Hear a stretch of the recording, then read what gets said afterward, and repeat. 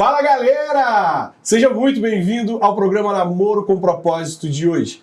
Deixa eu te fazer uma pergunta. Você já esteve em um relacionamento que tinha tudo, mas tudo para dar certo, mas que deu muito errado e por causa de erros muito bobos? Já aconteceu com você?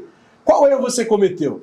Você sabia que muitas pessoas têm seus relacionamentos acabados por causa de erros muito bobos e eles acabam não sabendo quais foram os erros que cometeram? Bom, para ajudar você a ter um bom relacionamento e evitar cometer os erros que a maioria dos jovens cometem, nós preparamos um programa incrível para você, tá? Você não pode perder nada. Eu já peço que você compartilhe o link do nosso programa, deixe seu like e eu estou muito ansioso para ler os seus comentários. Eu te aguardo depois da vinheta.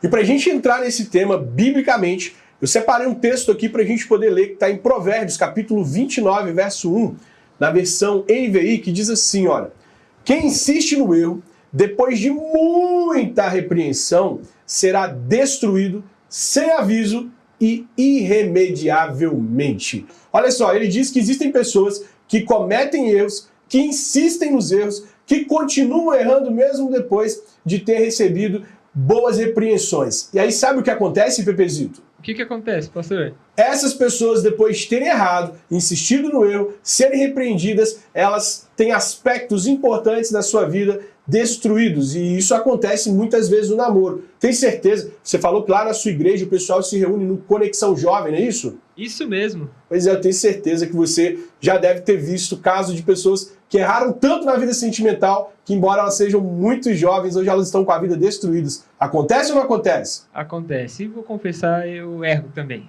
Ah, é claro. Eu achei que você ia passar essa imagem de ser um inerrante entre nós. Eu fiquei até constrangido aqui agora, viu, Pepezito? Não, só conheço uma pessoa que foi assim. E é incrível, nosso Salvador, né? Olha, profeticamente espiritual. Você não é um anjo disfarçado entre nós. Não.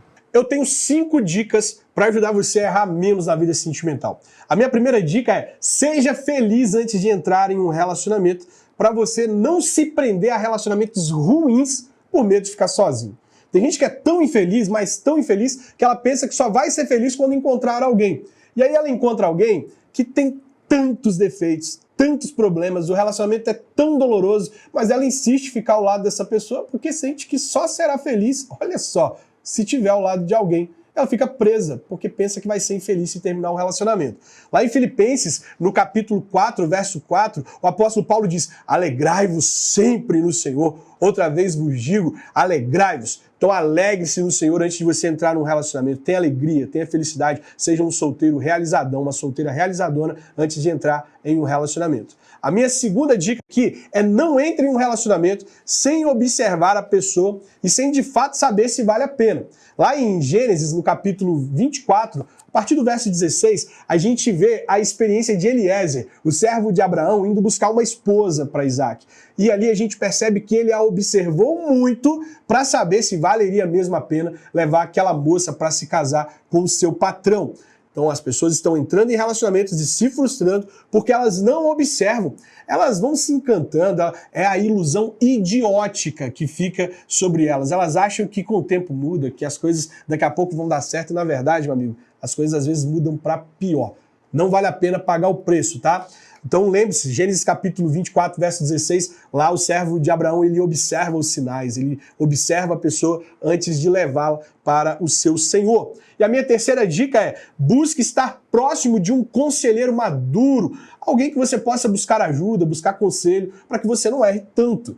As pessoas, elas já passaram por coisas que nós ainda vamos passar. Eu louvo a Deus pela oportunidade de caminhar com pessoas que podem me instruir, que podem dizer para mim o que eu devo, o que eu não devo fazer para acertar mais. E é muito prudente ouvir conselhos. Lá em Provérbios 19, 20, a Bíblia diz assim, ó: ouve o conselho e recebe a instrução para que seja sábio nos teus dias por vir. É fundamental estar atento a bons conselheiros.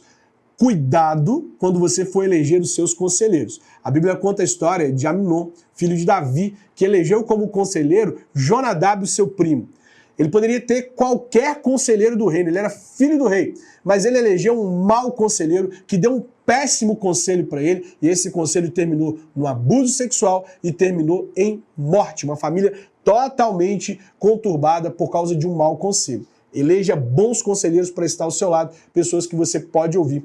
Um cristão maduro, um pastor, um líder, uma pessoa que tem buscado a Deus, mas que possa te orientar de forma positiva. O meu quarto conselho é o seguinte: não negocie princípios bíblicos.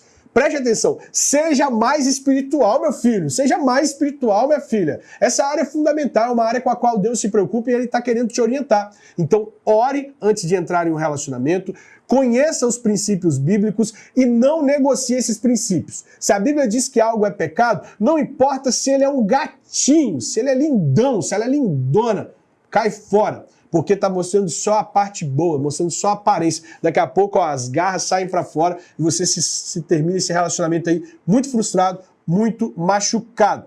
Tá? A Bíblia diz lá no Salmo 119, verso 9, o seguinte: de que maneira poderá o jovem conservar puro o seu caminho? Observando segundo a palavra de Deus. Então, conheça a palavra, não negocie os princípios bíblicos de jeito nenhum. Meu quinto conselho para você hoje aqui, sabe o que é? Aprenda com seus erros. Pelo amor de Deus, tem pessoas que continuam errando, sabe por quê? Porque elas não aprenderam a ouvir o grito das suas cicatrizes. Eu tenho uma cicatriz, e todas as vezes que eu olho para ela, eu me lembro da situação que me levou a me machucar.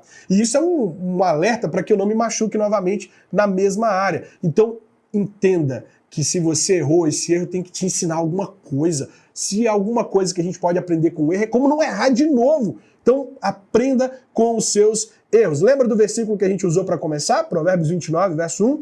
Quem insiste no erro, lembra? Quem insiste no erro, depois de muita repreensão, será destruído sem aviso e irremediavelmente. Então, se você errou, meu filho, minha filha, observe isso. Entenda, compreenda, tente não errar novamente para que você não tenha áreas importantes da sua vida destruída por causa dos seus erros, tá? E para poder te ajudar a errar ainda menos na vida sentimental, eu tenho a indicação aqui de um livro para você, que é o livro Desafio do Namoro com Propósito. Olha só, nesse livro eu escrevi 40 coisas importantes que você deve discutir aí ao longo do seu relacionamento para você, a partir do namoro, construir um relacionamento firme e inabalável.